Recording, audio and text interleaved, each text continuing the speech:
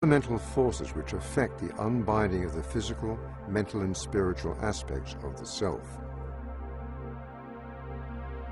The beetle, between the two mirrored supporting figures, suggests a consciousness arising from two mirrored hemispheres. If this is read as a representation of activity on the physical or material plane, this may be the representation of the brain, the physical vessel of the self, still bound to the processes and pull of the river of time. On the higher register, we see what seems to be an expanded representation of consciousness, made up of several aspects, several passengers. The form up above in the boat is, you see the deceased within a shrine, ram-headed.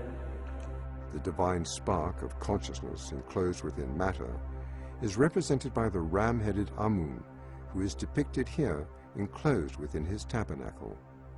And they're in a boat with a number of divine personages. It's that boat that will eventually take the king, in different forms of that boat, that will take the king through the 12 stages or the 12 hours of the night.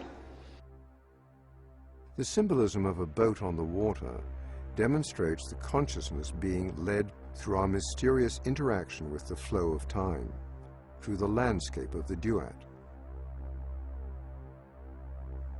Through the hours of the night towards its conclusion, a new dawn and a new day, a new life.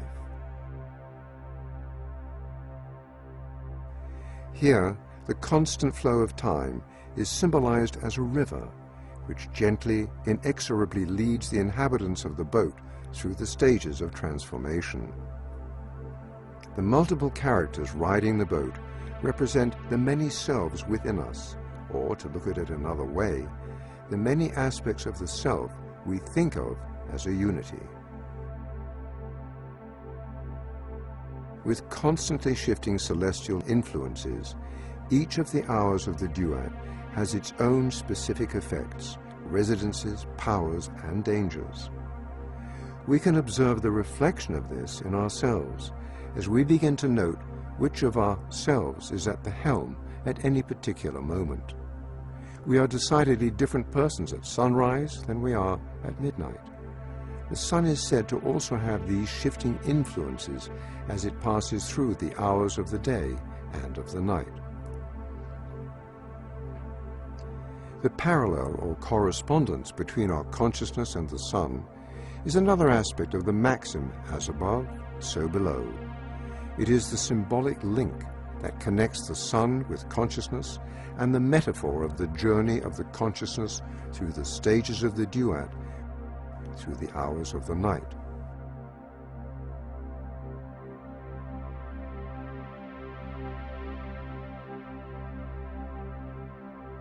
In the second hour, in the middle register, the solar bark sets out with the flesh of Ra enclosed in his tabernacle.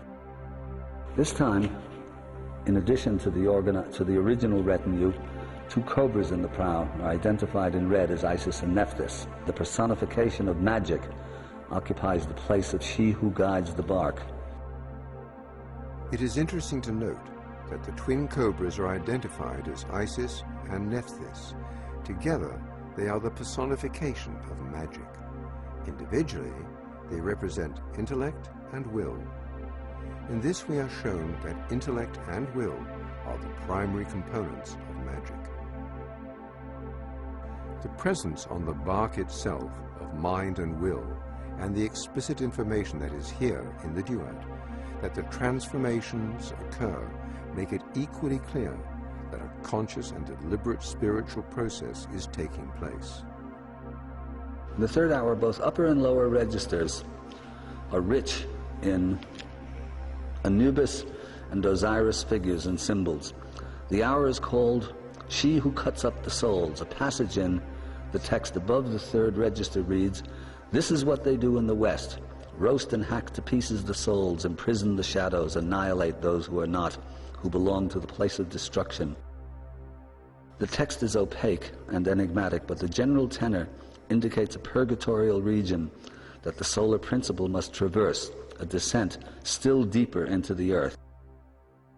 The Christian conception of hell with all its demons and its hellfire is in all likelihood derived from the Egyptian, but the Egyptian didn't revel in all the details of the smell of the roasting flesh and the pain of the hacked bodies.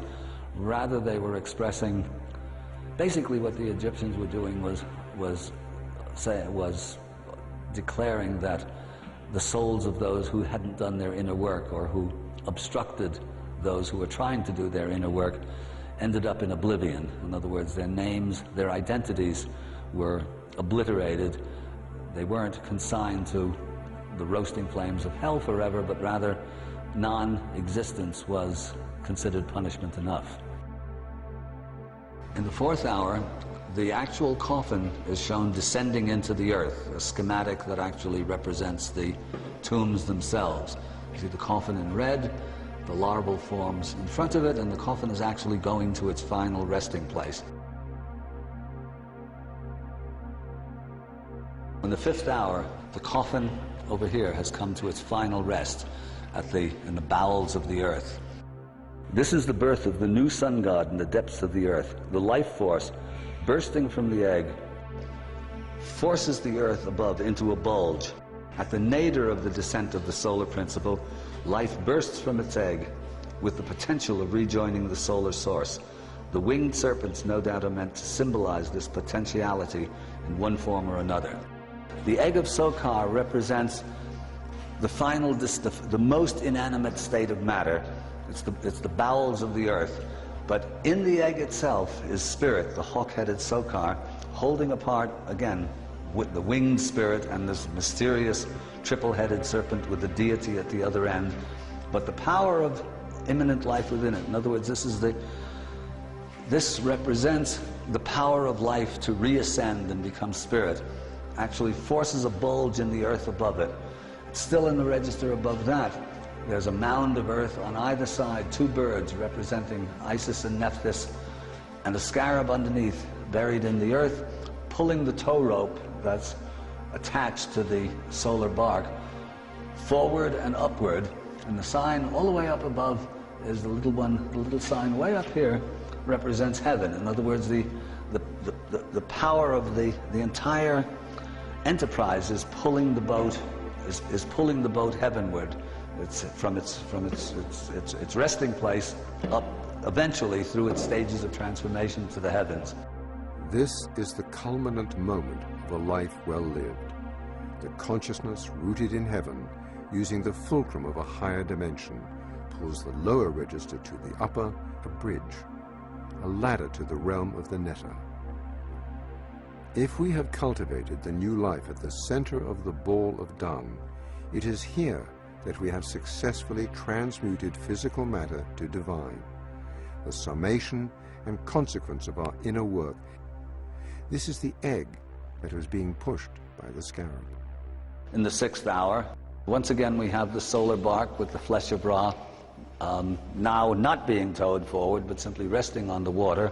Here it is confronted by a familiar figure in the funerary text, a great serpent that's being chopped up by knives. This is the serpent Apap, or Apopis, which is a form of Set, the opposition. And in order for the entourage to pass, Set has to be cut in pieces, or Apopis has to be cut in pieces every night. And then, because the opposition is as immortal as divinity itself, Apop by night has reconstituted himself and is again the opposition. But in order to pass, the opposition has to be overcome. In the seventh hour, Apopis having been disempowered, the boat continues on its way, towed by a number of personages, and the imagery here shifts into symbols connoting transformation and metamorphosis. The signs of weaving appear. The four rams here represent the four states of matter. These are transforming principles that are taking the flesh of Ra, the deceased, from a lower to a higher level of consciousness. The themes of metamorphosis, the symbols of weaving, and the presence of